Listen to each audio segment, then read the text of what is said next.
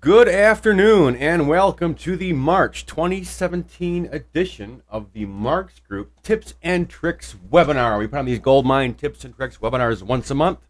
Feel free to visit our tips and tricks from ages past by heading on over to www.marksgroup.net. So let's see if we can't jump into some webcam action here. All right, what are we talking about today? A little bit of the old, a little bit of the new, a little 6 of one, half a dozen of the other, so they say. What are we talking about today? We're going to look at the process monitor. The bane of my existence, let's say. The process monitor, that little floaty thing that always pops up at the bottom there whenever you auto-retrieve email or do a global replace or any kind of automated process in GoldMine is going to screw with you with that process monitor. I'm going to show you how to deal with that, maybe fix it if it goes broken. We're going to look at filtering history and why this is potentially a confusing thing for people to do and why it can cause issues down the road. Oh my God, what happened there? We're also going to be looking at some tagging records. I don't see a lot of people tag records nowadays, but what essentially it allows you to do is within the search center, just click the box, tag the record, and what that does, that becomes the active contact filter. Now, the biggest reason I don't see a lot of people using tagged records in the world anymore is because the active contact filter isn't really as strong as it used to be. Back in the old days of GoldMine, the ancient prehistoric days of GoldMine, a filter was activated or not, and there was always this thing called the active contact filter. Not so much nowadays, but we'll go ahead and jump right into there when we get to that bridge and burn it right down. All right, let's see if we can't do a little of this. Okay. The process monitor. What do I mean by the process monitor? It's this guy right down here. No, the wrong monitor, Justin. There we go. Process monitor is this little tab down here. Now, a lot of you will be very familiar with the process monitor. This is one of my pet peeves. I can't stand this damn thing. So the first thing that I do when I log into GoldMine and when it starts to bother me is I make it into its own tab. Now, of course, nothing can't be easy with GoldMine, right? Everything has to be hidden behind like 3, 4, 5 menu items, and then it has to be labeled the wrong thing entirely. Here's the trick. We're going to right-click right here. Right-click right there on the gray bar on the process monitor. Not in here. Well, I guess maybe in there works too. Not the bottom half, however. The moral of the story is we're going to right-click and show as MDI window. What is an MDI window? No clue, no idea whatsoever. All that I know is that when I select that, it makes my process monitor into a tab. That makes it a lot easier for me to deal with stuff going on down here, because when this is not a tab, and again, right-click, show as MDI window. When that's not a tab, what happens sometimes, and I run into this on, say, more so client systems than my own, when you float down here and this thing comes up, sometimes there's a delay, before it figures out that you don't want it anymore. Sometimes you have to click away from it. Sometimes you have to screw around with this top edge here. Sometimes you have to see, there it goes. So this thing can be a real pain in the ass. So again, we're going to right click and show as MDI window. Now, what happens if your process monitor just gets all screwed up? And I mean all jacked up. Sometimes your process monitor might show up here in the upper left hand corner of GoldMine. I actually used to see that a lot in the field. Not so much nowadays. It seems that GoldMine's come a long way, baby. But if your process monitor ever gets stuck, ever gets in an area where you just can't deal with it, and you can't get that right click to show your MDI window, let me show you how to fix that. Basically, what you want to do is go and find your username.ini. Now, all that is that's a file in your GoldMine program files folder up on the server, which stores user preferences. One of those preferences stored is actually going to be the position and behavior of your process monitor. Now, before we can find our username.ini, we have to find our username.ini. Easiest way to do this is in GoldMine. We're going to go to Help, and About, and System. And what this is going to tell us is where our system files are. Your exe is probably on your local PC, on your C drive. Don't worry about that. What we're actually after are the system files. And for you, that's probably somewhere up on the network, up on a network share. For me, it happens to be my local hard drive. So I'm going to go over to C GoldMine. Let's see if I can't share that as well. Oh, look at that. We have the technology. I'm going to go to C and GoldMine. A lot of GoldMine folders here. Can't imagine how that happened. But in this GoldMine folder, what I'm actually after is my username.ini. Remember, we're trying to reset the process monitor. Now, I'm logged in as the master, so I'm going to log in, or I'm going to open up the master file here. Now, which file could it possibly be? It's going to be this one with the gear. And it's going to be the type of configuration settings. It's actually an INI file. Now, if I just double-click that to open it up, let me move this over here. Within this big old garbage can of text strings, you're going to find, or be able to find, a procmon. Yeah, if you can type it, procmon, and that's going to be, let me see if I can't get that a little better. There we go. So here is where the process monitor is defined within our username.ini. The username.ini is separated into a bunch of headings and settings. So what we have here in these square brackets is a heading, and everything underneath that is a setting. You know, everyone knows what an INI file is, right? So what we want to do to reset that process monitor, to get that from being screwed up on us, is we're just going to hose this right out. That whole procmon block, we're going to delete that. Oh yeah, right out. And we're going to file and save our changes. And now what we're going to do is restart some GoldMine. Easiest way to restart your GoldMine is to go to File, Switch User. That's going to bring up your prompt again, your user. I'm not going to be able to show you guys that anyway. But now that I've, index still broken, huh? Imagine that. So now that I've reset my process monitor, you'll notice that my process monitor no longer shows as a tab, and it no longer shows down here, in this area down here. Now we're going to force our process monitor to come back up, and to do this, I'm just going to do a little global replace. Don't try this at home, kids. This can be very dangerous. All I'm going to do here is I'm just going to run this global replace to show you guys the process monitor is back, and it's back in the default position. Whenever the process monitor gets cleared out of your username INI, it's going to default itself back in that lower left-hand corner. And again, from here, all we want to do is right-click, show as MDI, or not.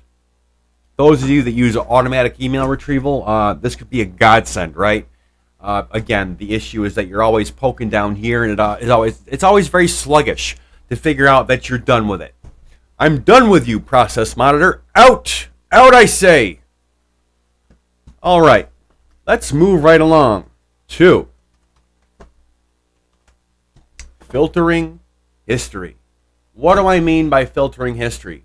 Well, we all know, being grown up in the world of computers and all, that, wrong monitor every time, I'm sorry guys, that whenever we see a little drop down in a grid like this, what does that mean?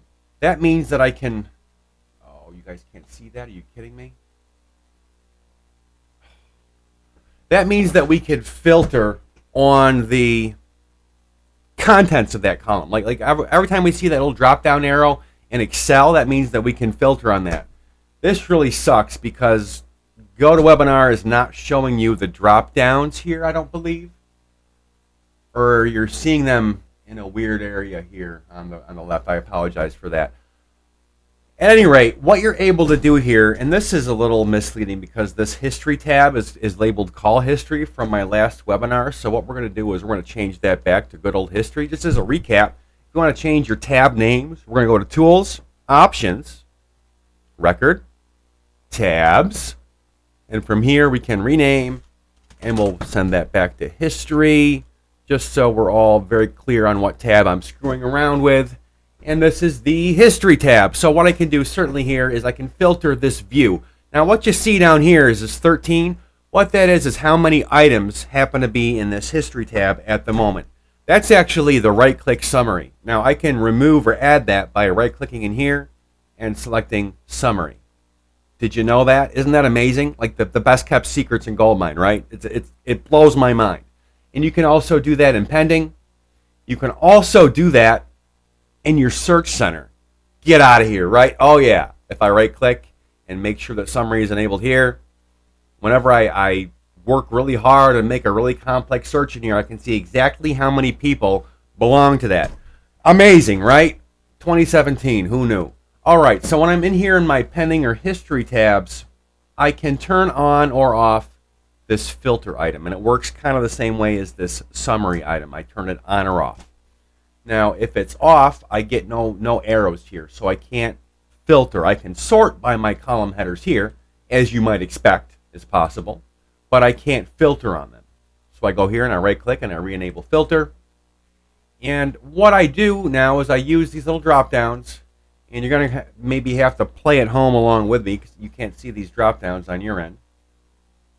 But what we're able to do is select a username. In this case, I want to select Justin.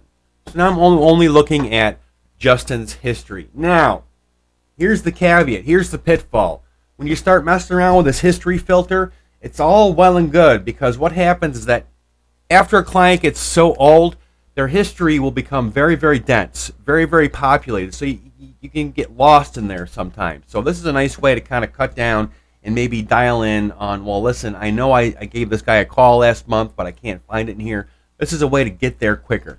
Now, what happens is that now that this filter is on, you're now filtering every record that you look at. So you see here, as I select every record in my most recently viewed item list here, for example, my filter persists. You can always make sure, you can always see that there's a filter here by this little gray strip down here. And of course, as you might expect, the little gray X here releases that filter, gives you back the entire history tab. Why I'm laboring this point is because I get probably 3 calls a year from clients that say, Justin, GoldMine is losing my history. And I think to myself, oh my God, what do you mean? This has never happened before. Call the fire department. No, if GoldMine is losing history, we have a huge problem. Typically what's happening is that they enabled a history filter, a history filter in GoldMine, and just are not aware that it's not going to turn itself off. Here's the really insidious part. If I shut down and restart my GoldMine, oh yeah, it's so good. It persists. It stays. Index still broken. Imagine that. We'll fix that one of these days. It'll be a class. So your history filter is still enabled. So a lot of people learn to and think to themselves, well, if something's wrong with GoldMine, what I want to do is I just want to restart my GoldMine. Or, at the worst, I'm going to restart my computer. Both options will help you not in this case. Your history filter will still be enabled.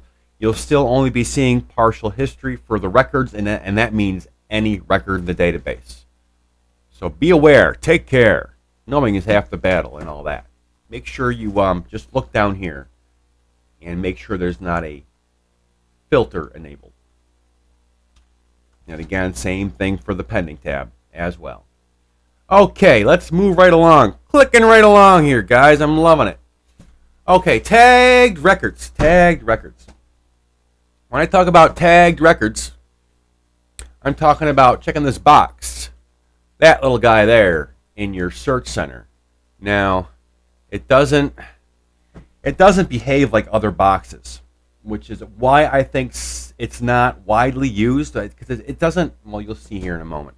Let's do this. Let's pretend to ourselves we want to figure out who is at the same company. So I'm just going to do a very simple search. Remember, the easiest way to search from our search center is to double click on the field label name we want to search for. So again, if I want to search by last name, I can click the last here.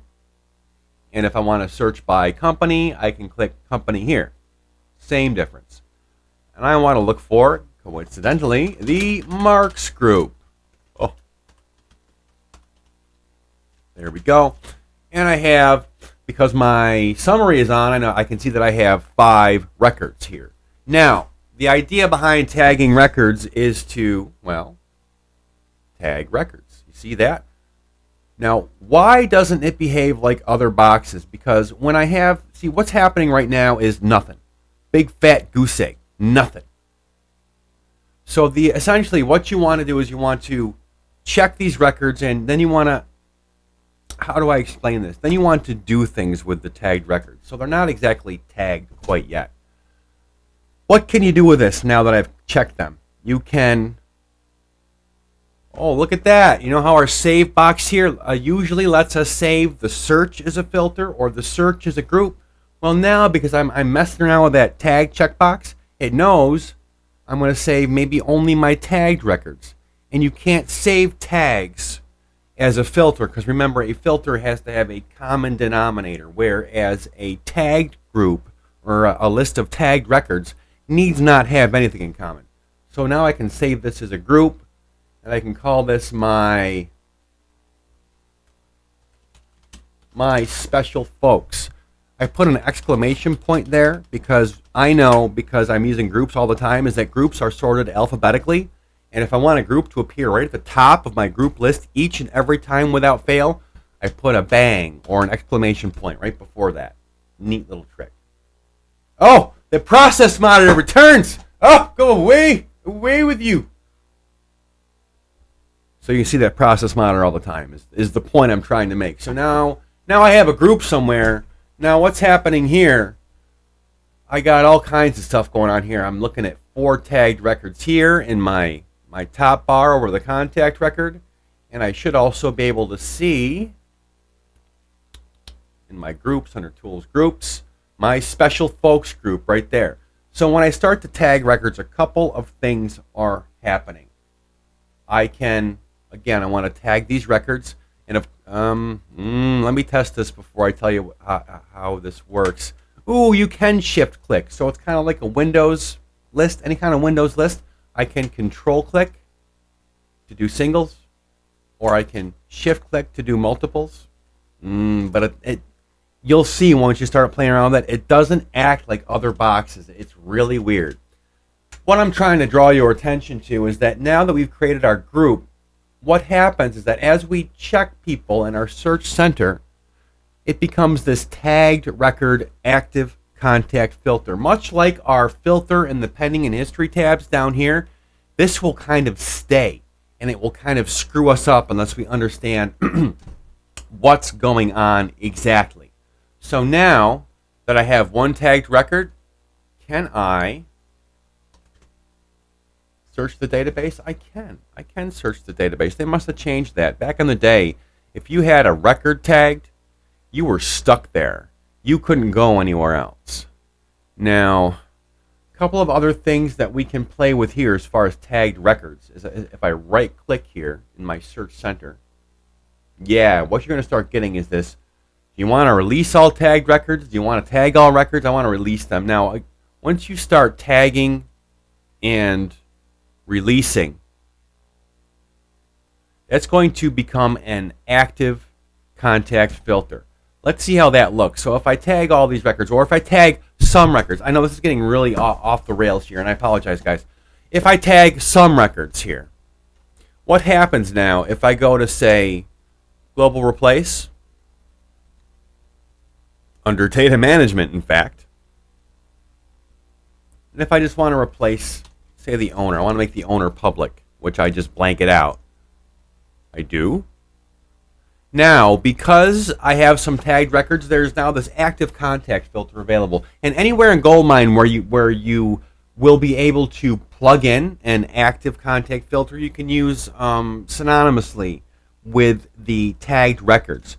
Just keep in mind, this is actually tagged records. It's not a filter, which I can argue for or against that. Again, I don't see a lot of people using the tagged records feature because it is a little cumbersome and maybe because it is so confusing. If you want to create a unique group of people, just a unique group, what I would actually recommend doing is creating your group first and then adding people to it. Don't mess with this tagged records folderol and kerfuffle and balderdash. It's just not worth the hair you're going to lose. So what I want to do is I want to create a brand new empty group. Right click, like with everything in the world, we're going to right click and then see what we can do, right? Right-click in New. We'll call this my follow-up list. And I'm actually going to uncheck Build the Group, because what I want is a nice little empty group here. Nice little empty container to fill. Fill with our wisdom. Okay, so now the idea is to actually, from our search center, ooh, can we do it from here? Ooh, I know we can save as a group here. No. All right, so here's the trick. Here's the stupid pet trick. The idea is, this is the way I like to do it. I like to drag people into my empty groups. This is going to be my follow-up list. This could be anyone. It could be I'm supposed to call Mom tomorrow because it's her birthday this week. I'm supposed to call my boss because I need to submit my invoice, or whatever. I'm just going to add a bunch of random people to this list. Now, the easiest way, now that those of you who have been using GoldMine for a long time will know this trick. If I release my tabs, wait a minute. What? What did you do? Oh my God. You can release your tabs. Did you know that? If I click this little box here, this little 4 square box, what that does is that releases my tabs into good old Windows. This is the way GoldMine used to work back in the day. Tabs are actually a relatively new thing with GoldMine. But the cool thing about this is that back in the day, you could actually drag items between GoldMine windows. Now, if you ever get lost and can't find a GoldMine window, we're going to head on over to our window menu here and bring up our filters and groups. And the idea is to drag people from our search center into our group. Now, when I start to drag, it becomes a little person, a little guy there, a little person. Look at him. He's so cute. Now, I can't drag him into the list here. I have to drag him into the members here at the bottom. So I'm going to click drag. There's Biff. And I'm going to add my manager, Corey. Add Corey in there. Bam, bam. I'm going to add Gene. Gene the Machine. Add him down there. And this is a nice way to build like ad hoc, quote unquote, heterogeneous groups. Groups that have members that have nothing in common. This is just my follow-up list. Or I might be able to make a vendor list. Vendors. Right? Because who wants to have a contact type on the contact record of GoldMine, right? No one. That would just be way too easy. Again, let me show you that again. Again, you want to create a new group, and you want to make it an empty group. So I'm going to uncheck build the group, and I'm going to make this my vendors. And again, typically you'd find that kind of value on the contact record easily searchable enough, but like, no one uses contact type on GoldMine, and I just don't know why. Anyway, think about it. Contact type. It's a new world. We can simply drag our vendors in here. So if I want to search for, let's say, company is Acme. They're a vendor. I'm going to get some rocket skates here ordered up. Loving that. Ooh, look at that. I can't do 2 at once. That's a little depressing, so we have to do 1 at a time. Oh, well. And again, once you start checking those boxes, oh, man, it's like the quantum level. Everything starts to not make sense. All right, so that's a nice, easy way to build just an ad hoc group. Now, of course, the group, and then we're going to get our tabs back. How do we get our tabs back? We're going to maximize any window. There we go.